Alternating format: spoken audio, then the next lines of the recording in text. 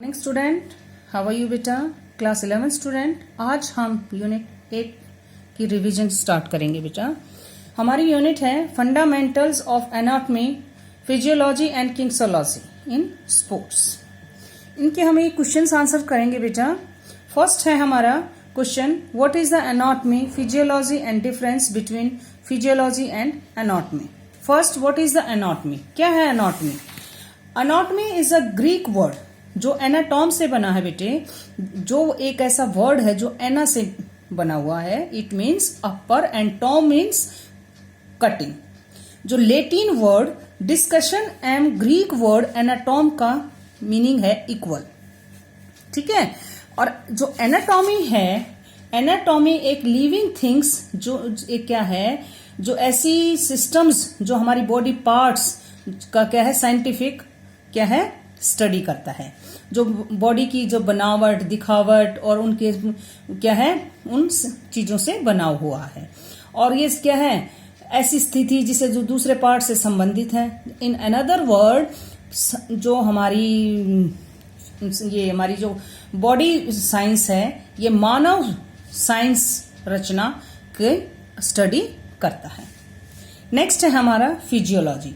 Physiology क्या है? हमारा एक पुरातन वर्ड है जो फिजिक वर्ड से लिया गया है। इट मीन्स क्या है, बिहेवियर यानी उत्पत्ति, एवं लॉजी का अर्थ है यानी मीनिंग है स्टडी यानी अध्ययन। फिजियोलॉजी क्या है? लिविंग थिंग्स, लाइफ के विभिन्न पार्ट्स को क्या है, किस प्रकार करते हैं, किस प्रकार उनकी स्टडी करते हैं, इन सब चीजों को स्टडी करता है। ठीक है।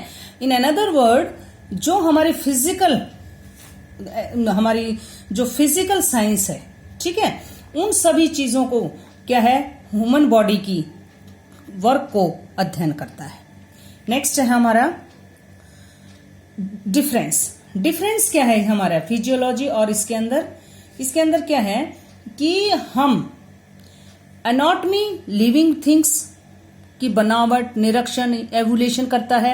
एनाटॉमी क्या है, विभिन्न रूप, उनकी स्टडी करता है। फिजियोलॉजी क्या है, उन वर्क को देखता है कि किस प्रकार से वो वर्क करता है।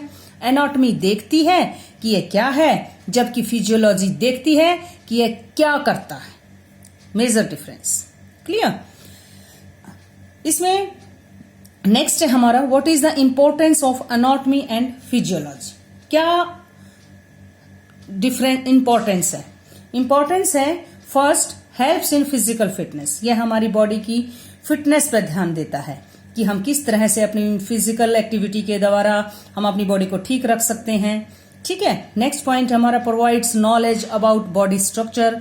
हमारी बॉडी स्ट्रक्चर के बारे में हमें नॉलेज देता है कि हमें कौन कौन सी बॉडी के पार्ट्स वीक हैं, उनके अनुसार हम अपनको इम्प्रूवमेंट कैसे कर सकते हैं। नेक्स्ट पॉइंट है हमारा इसके अंदर, helps in selection of sports. Sports में हमारी हेल्प करता है बेटे, कि हमें क्या है कि हमारे गेम के बारे में हमें नॉलेज देता है।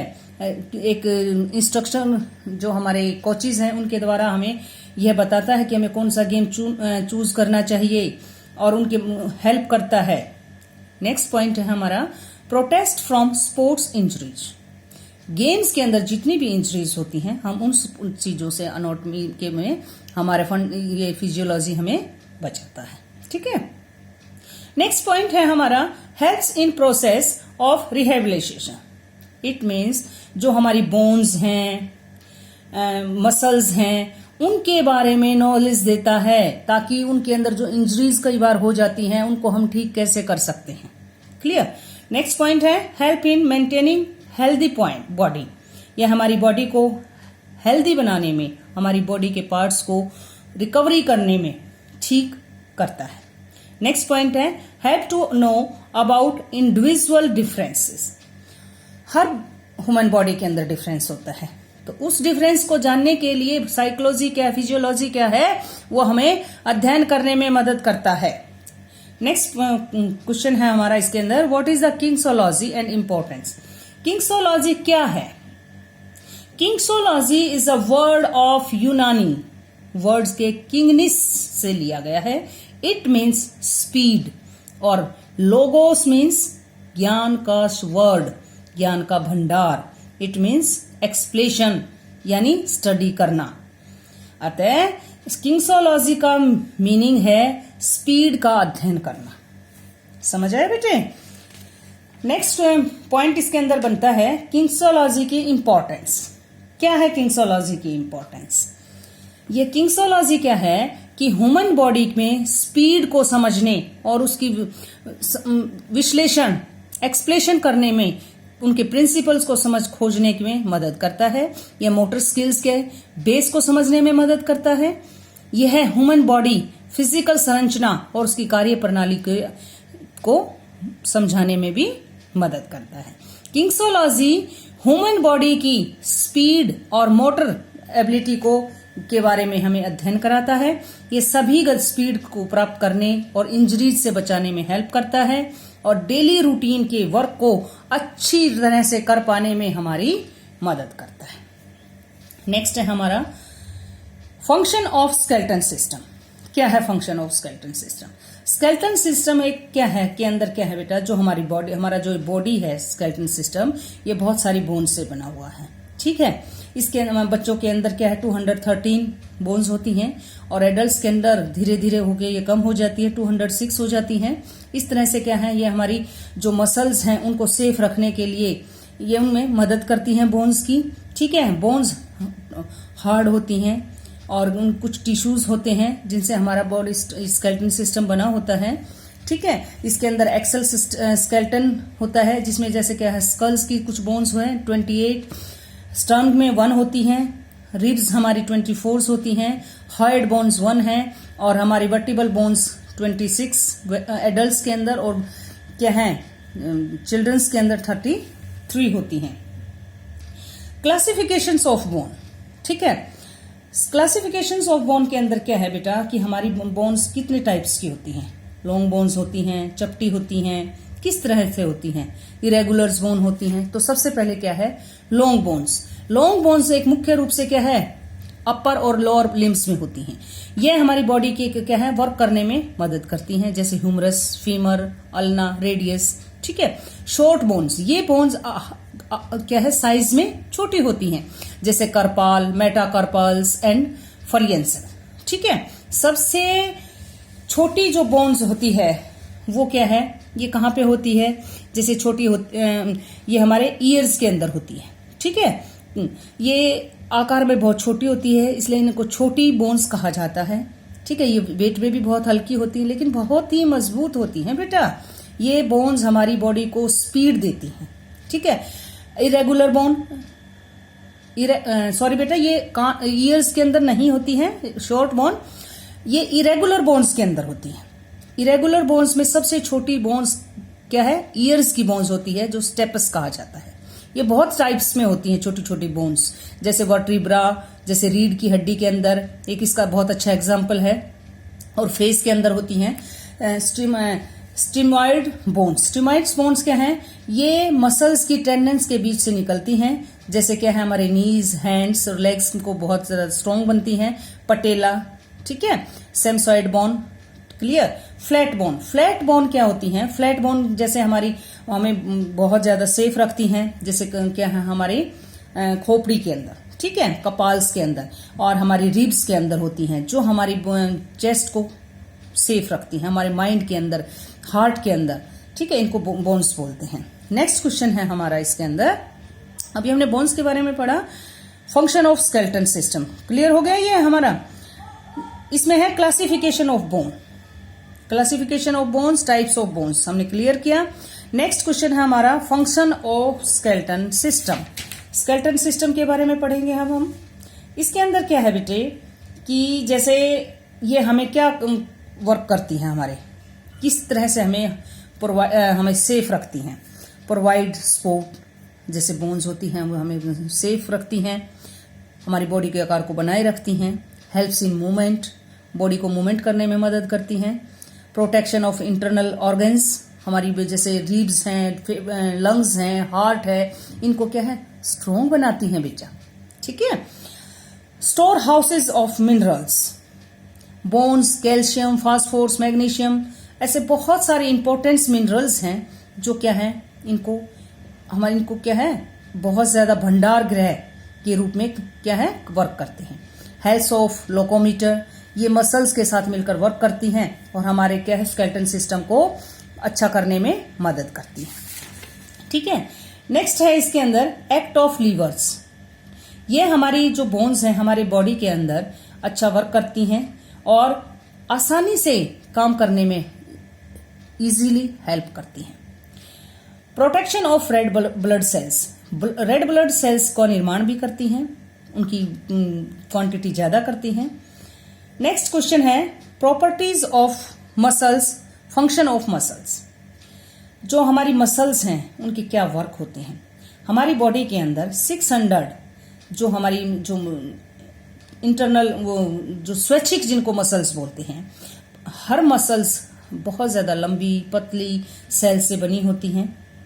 ठीक है, इसके अंदर क्या है जो मसल्स हैं वो क्या हैं कि जैसे कॉन्ट्राडक्टिलिटी, इनके जो क्वालिटी है।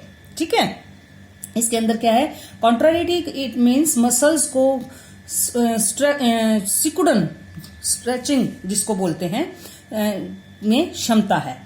स्केलेटन मास में जो मसल्स में है न्यूरल इनपुट मिलने के बाद मसल्स की जो सेल्स होती हैं वो संकुचित हो जाती हैं, जिससे क्या वो स्मूथ वर्क कर सकें। कार्डियो मसल्स को इनपुट की आवश्यकता नहीं होती है। नेक्स्ट इसके अंदर क्या है एक्सटिबिलिटी।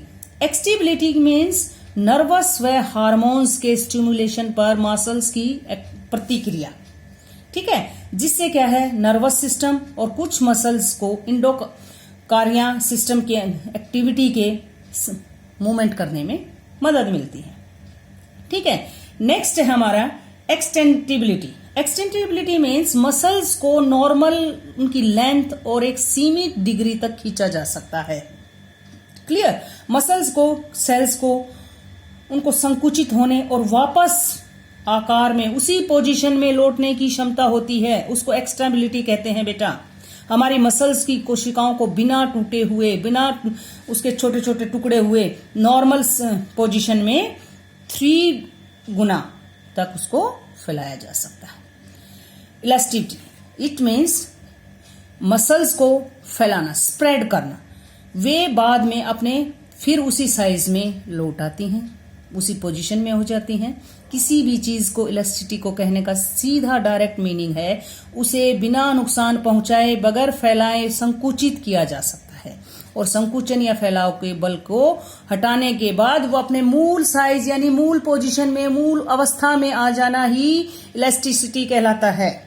क्लियर, नेक्स्ट है हमारा फंक्शन ऑफ स्ट्रक्चर। ठीक है, respiratory system and circulatory system.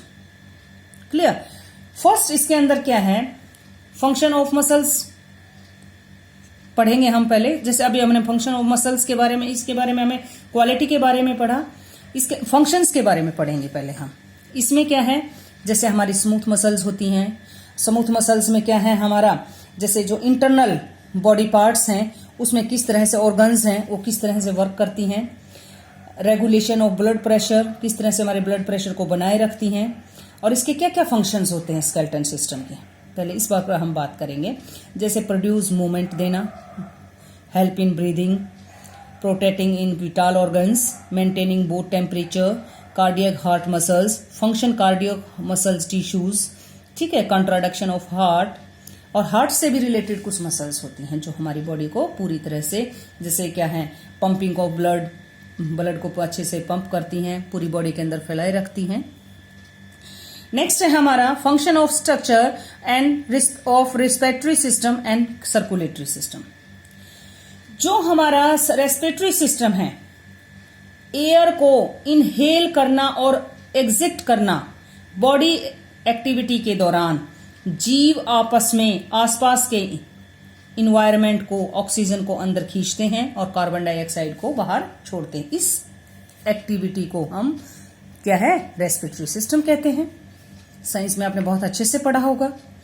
Respiratory क्या है कि जैसे जमीन के ऊपर, धरती के ऊपर सभी प्राणियों के लिए जरूरी है, क्योंकि उनको सांस लेना और छोड़ना उनका क्या है जीवन का आधार होता है बेटे। ठीक है, जिस तरह से आप पानी, भोजन, वाटर और फूड के बगैर नहीं रह सकते, उसी तरह से क्या है आप एयर के बगैर भी नहीं रह सकते। इसके अंदर क्या है, जैसे नोज है, नोज हमें क्या है, हमें सांस लेने में स्मेलिंग क्या बहुत जब हम स्मेलिंग करते हैं तो नोज का ही पार्ट होता है। इस तरह से ये इसका मेन पार्ट है। ठीक है, इसके अंदर क्या है, जैसे नोज हमारे अंदर टू हैं, ये जो हमारे पार्ट्स होते हैं, जैसे इसको हम बाहरी कवच और इंटरनल पार्ट्स बोलते हैं। क्लियर। नेक्स्ट है हमारा, इसके अंदर क्या बोलेंगे, ग्रेसनिका।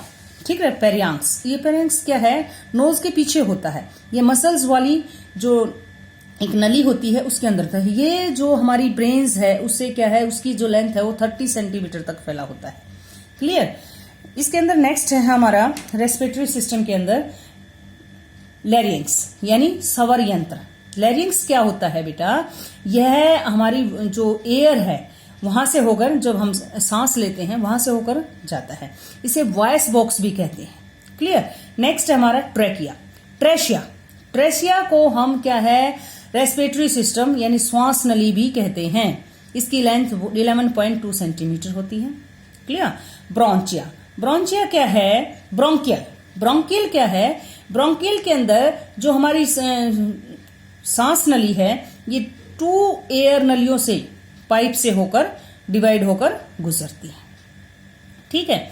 नेक्स्ट है हमारा डायफ्राम। बॉडी के अंदर, डायफ्राम के अंदर जैसे हमारा बॉडी का जो डायफ्राम है वो एक क्या है, गुंबद के आकार की संरचना है, और जो हमारे स्केलेटन सिस्टम, मसल्स और उसके बाद टेंडनस से मिलकर बनता है। ठीक है। और फिर ये स्टमक और चेस्ट से आगे जाकर अलग अलग हो जाता है, और फिर रिब्स के अंदर नीचे तक फैला होता है।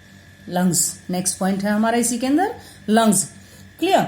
हम रेस्पिरेटरी सिस्टम की बात कर रहे हैं बेटा, यहां तक आप पजल नहीं होंगे। ठीक है। लंग्स क्या है कि यह ह्यूमन बॉडी के अंदर एक सजीव स्थलीय जीवों की तरह, एक जैसे नोज, लंग्स से जब हम सांस लेता है तो प्रत्येक ह्यूमन बीइंग के अंदर 2 लंग्स होते हैं। लंग्स श्वसन जैसे जो रेस्पिरेटरी सिस्टम के लिए मोस्ट पार्ट है। कोन के आकार के होते हैं ये जो लंग्स होते हैं। लोबीज में 2 लोबीज में ये पले बटे होते हैं, जैसे राइट और लेफ्ट। ठीक है। नेक्स्ट है हमारा function of structure of circulatory system. Circulatory system body की विभिन्न सेल्स को ऑक्सीजन से एक न्यूट्रिशंस की आवश्यकता होती है। वह अपनी क्या है, जो अपशिष्ट, जो क्या है, जो गलत बॉडी के अंदर जो ये पदार्थ होते हैं उनको हटाने का वर्क करता है। जैसे हार्ट, ब्लड वेसल्स, इस तरह की बॉडी के अंदर जो सेल्स की हेल्प करते हैं उनके साथ ये वर्क करता है। और इसी तरह बॉडी वर्क को एक रेस्पिरेटरी सिस्टम कहा जाता है। इसके अंदर क्या है, हमारा एक हार्ट है। ठीक है। हार्ट के अंदर क्या है, पल्मोनरी सर्किट, सिस्टोमेटिक सर्किट। इस क्लियर। इसमें क्या है, नेक्स्ट हमारा जैसे हार्ट मैंने आपको बताया, ये कई पार्ट्स होते हैं हमारे सर्कुलेटरी सिस्टम के अंदर। हार्ट है क्या है, एक मुट्ठी जितने आकार का होता है। इसको हम अच्छे से एक्सप्लेन भी करेंगे जब हम क्वेश्चंस के अंदर करेंगे ना, कि what is the circulatory system. अगर क्वेश्चन आता है तो आप उसको अच्छे से एक्सप्लेन करेंगे। ये हार्ट चेस्ट के नीचे होता है। फिर क्या है, फिर लंग्स होते हैं राइट और जैसे लेफ्ट। ठीक है। इस तरह से हमें बताना है। आर्टरीज है नेक्स्ट पॉइंट। इसके अंदर हमारा आर्टरीज क्या है, ब्लड रैक को हमारे हार्ट से दूर ले जाती हैं। हमेशा ऑक्सीजन रक्त पल्मोनरी की धमनी को, आर्टरिया को के अलावा हार्ट के से फेफड़ों तक जाता है। ठीक है। नेक्स्ट है हमारा कैपिलरीज। कैपिलरीज सबसे छोटी जो ब्लड वाहिकाएं होती हैं, सेल्स होते हैं, उनको क्या है, डिवाइड करता है। सेल्स इतनी छोटी होती हैं कि ब्लड सेल्स को केवल एक नॉर्मल समय में ही के माध्यम से वो आगे बढ़ सकती हैं। वेन्स होती हैं इसके अंदर। वेन्स हार्ट तक ब्लड को ले जाती हैं। हमेशा ऑक्सीजन रही थी, परंतु पल्मोनरी सेल्स के अतिरिक्त जो कि फेफड़ों से हार्ट तक जाती हैं। ठीक है। और नेक्स्ट इसी के अंदर पॉइंट है हमारा वाल्व। वाल्व क्या है, नॉर्मली ब्लड वेन्स को हार्ट से बहता है। ठीक है। इसके अंदर जैसे राइट है, राइट साइड और लेफ्ट साइड। फिर एक क्या है, इसमें एक जो आर्टरीज होती हैं उनके माध्यम से उनको बाहर निकालता है। हार्ट से ब्लड को वापस रोकने से के लिए वाल्व होते हैं, जैसे राइट। ठीक है। और फिर बाईं ओर एक क्या है, लेफ्ट साइड एक क्या है, नेक्स्ट वाल्व होता है। फंक्शन क्या है रेस्पिरेटरी सिस्टम के, ब्लड सर्कुलेशन को ठीक से काम करना, main important, transportation of nutritions, ठीक है, ये बॉडी के सभी पार्ट्स को जैसे glucose, amino acid, vitamin, mineral जैसे इस तरह से इनको पहुंचाता है। ट्रांसपोर्ट ऑफ हार्मोन्स, यह बॉडी के अंदर हार्मोन्स भी बनाता है। Regulation of blood temperature, body temperature को ठीक रखता है। बूस्ट द ह्यूमिनिटी, बॉडी की ह्यूमिनिटी सिस्टम को ठीक रखता है। नेक्स्ट क्या है हमारा क्वेश्चन इसके अंदर, फंक्शन ऑफ स्ट्रक्चर, ये सर्कुलेटरी सिस्टम हो गया। नेक्स्ट है हमारा equilibrium, dynamic and static centre of gravity, its application in sports.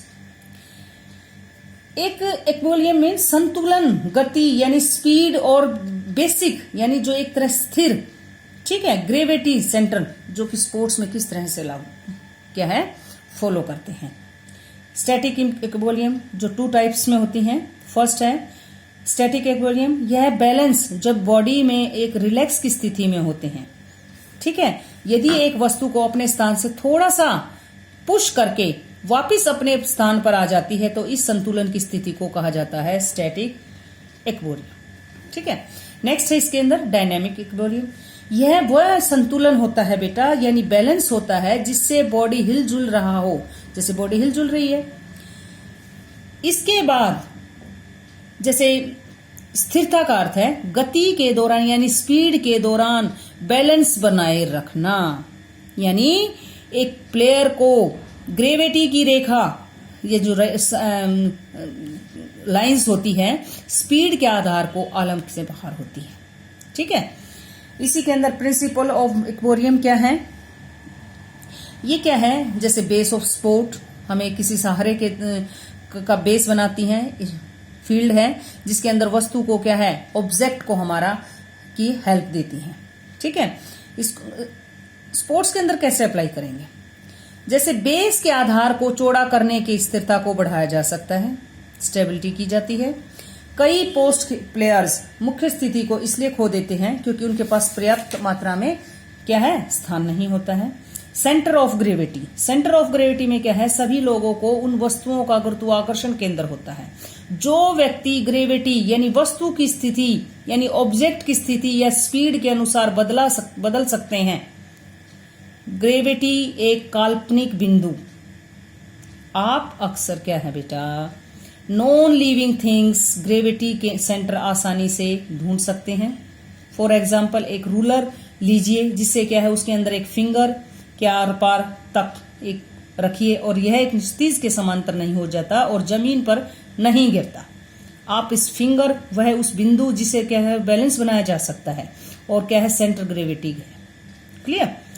Next क्या है, lower centre of gravity, base के आधार पर क्या है जो ग्रेविटी का सेंटर है वो हाइट को प्रभावित कर सकती है। एक एथलीट सेंटर ग्रेविटी के नीचा हो और हाइट ग्रेविटी सेंटर वाले एथलीट से अधिक बैलेंस बनाने की कोशिश करेगा, क्लियर, ठीक है। Line of gravity, line of gravity में क्या है कि ग्रेविटी सेंटर से जमीन पर एक स्ट्रेट लाइन खींच दीजिए, ग्रेविटी लाइंस को शो कीजिए। एक ग्रेविटी रेखा जैसे जो लाइन है उसके बेस के आधार से सेंटर से निकलती है, तब वस्तु यानी ऑब्जेक्ट सबसे अधिक स्थिर होता है, ठीक है।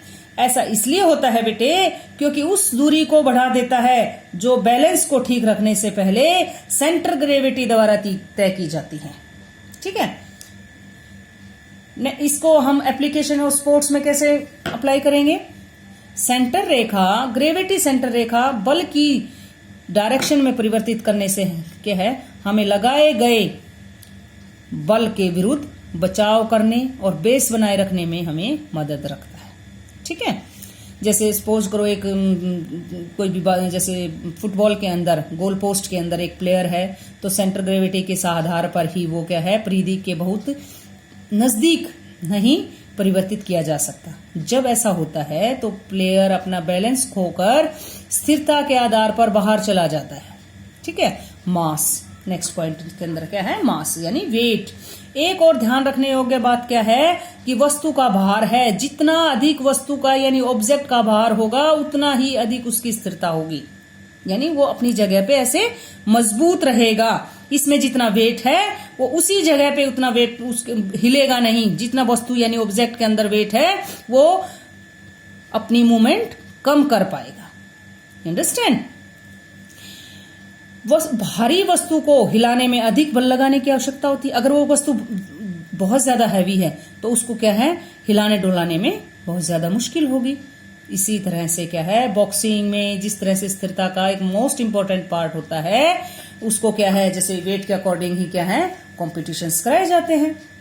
ठीक है, इसको स्पोर्ट्स के अंदर कैसे अप्लाई करते हैं? एथलीट को अपने अधिक स्थिरता मिल जाती है, और जब उसका भार अधिक होता है तो अक्सर अत्यधिक वेट वाले एथलीट हानि स्थिति में आ जाते हैं, जबकि उनकी स्पीड उनके विरुद्ध प्रयोग होती है, यूज होती है। किसी का भार जितना अधिक होता है उतना उसको आगे बढ़ना या रुकना, दिशा बदलना यानी डायरेक्शन में बदलने में मुश्किल होता है। अंडरस्टैंड? तो आज का चैप्टर हमारा यहीं कंप्लीट होता है बेटे। आपने इसको अच्छे से रिवाइज करेंगे। Thank you.